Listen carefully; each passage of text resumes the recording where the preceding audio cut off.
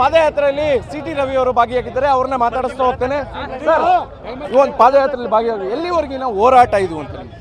ಈಗ ಜಿಲ್ಲಾಧಿಕಾರಿ ಕಚೇರಿ ಮುಂದೆ ಮುತ್ತಿಗೆ ಇದೆ.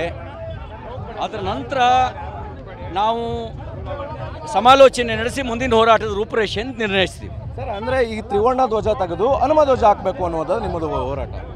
ಹನುಮ ಧ್ವಜವನ್ನು ತೆಗೆದಿದ್ದು ಯಾಕೆ ಅಂತ ನಮ್ಮ ಹೋರಾಟ. ಹನುಮ ಧ್ವಜನ ತೆಗೆದಿದ್ದು ಯಾಕೆ? ರಾಷ್ಟ್ರಧ್ವಜ ಅದು ಸರ್ವಮಾನ್ಯ, ಅದಕ್ಕೆ ಎಲ್ಲ ಕಾಲಕ್ಕೂ ಗೌರವ ಕೊಟ್ಟೇ ಕೊಡ್ತೀವಿ.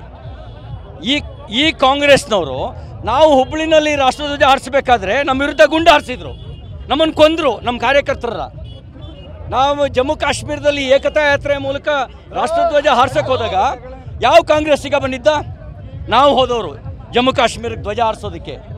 ಇವರು ನಮಗೆ ರಾಷ್ಟ್ರಭಕ್ತಿ ಪಾಠ ಹೇಳ್ಕೊಡ್ಬೇಕಾದ ಅವಶ್ಯಕತೆ ಇಲ್ಲ. ಹನುಮ ಧ್ವಜ ತೆಗೆದಿದ್ದು ಯಾಕೆ? ಇವರು ಹಿಂದೂ ವಿರೋಧಿ ನೀತಿ ವಿರುದ್ಧ ನಮ್ಮ ಹೋರಾಟ.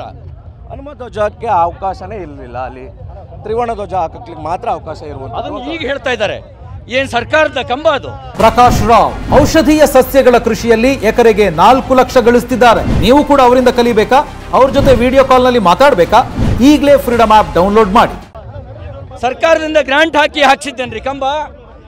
ಹನುಮ ಭಕ್ತರು 100 ರೂಪಾಯಿ 50 ರೂಪಾಯಿ ಚಂದ ಎತ್ತಿ ನಿರ್ಮಾಣ ಮಾಡಿದ ಕಂಬ ಅದು. ಚಂದ ಎತ್ತಿ ನಿರ್ಮಾಣ ಮಾಡಿದ ಕಂಬ ಅದು. ಈಗ ರಾಷ್ಟ್ರಧ್ವಜ ಹಾಕಿ ಒಂದು ಇಕ್ಕಟ್ಟಿಗೆ ಸಿಕ್ಸುವಂತ ಕೆಲಸ ಮಾಡ್ತಾ ಇದ್ದಾರೆ ಬಿಜೆಪಿ. ಇಕ್ಕಟ್ಟಿಗೆ ಏನು ಸಿಕ್ಸೋ ಪ್ರಶ್ನೆನೇ ಇಲ್ಲ. ರಾಷ್ಟ್ರಧ್ವಜಕ್ಕೆ ಏನು ಗೌರವ ಕೊಡಬೇಕು ಕೊಡ್ತೇವೆ. ಹನುಮ ಧ್ವಜಕ್ಕೆ ಏನು ಗೌರವ ಸಿಗೋಂಗೆ ಮಾಡಬೇಕು ಅದನ್ನು ಮಾಡ್ತೇವೆ. ಈಗ ನಿಷೇಧಾಜ್ಞೆ ಜಾರಿ ಮಾಡಿದರೆ ಲಾಠಿ ಚಾರ್ಜ್ ಕೂಡ ಆಯಿತು. ನೋಡಿ, ಗುಂಡಿಗೆ ಹೆದರಲಿಲ್ಲ, ಗುಂಡು ಹಾಕಿದಾಗಲೇ ಹೆದರಲಿಲ್ಲ, ಎದುರಿಸಿದ ಇವ್ರನ್ನ. ಇವ್ರ ಲಾಟಿಗೆಲ್ಲ ಹೆದರಿ ಕೂತ್ಕೊಳ್ಳೋರು ಮಕ್ಕಳು ಮಂಡ್ಯದಲ್ಲಿ ಯಾವನೂ ಇಲ್ಲ. ಮಂಡ್ಯ ಜನ ಲಾಠಿ ಎತ್ಕೊಂಡ್ರೆ ಏನಾಗುತ್ತೆ ಅನ್ನೋದನ್ನು ಹಿಂದೆ ತೋರಿಸಿದ್ದಾರೆ. ಮತ್ತೆ ಅಲ್ಲಿ ಹನುಮ ಧ್ವಜ ಹಾರಲೇಬೇಕು ಅನ್ನುವಂಥದ್ದು ನಿಮ್ಮದು.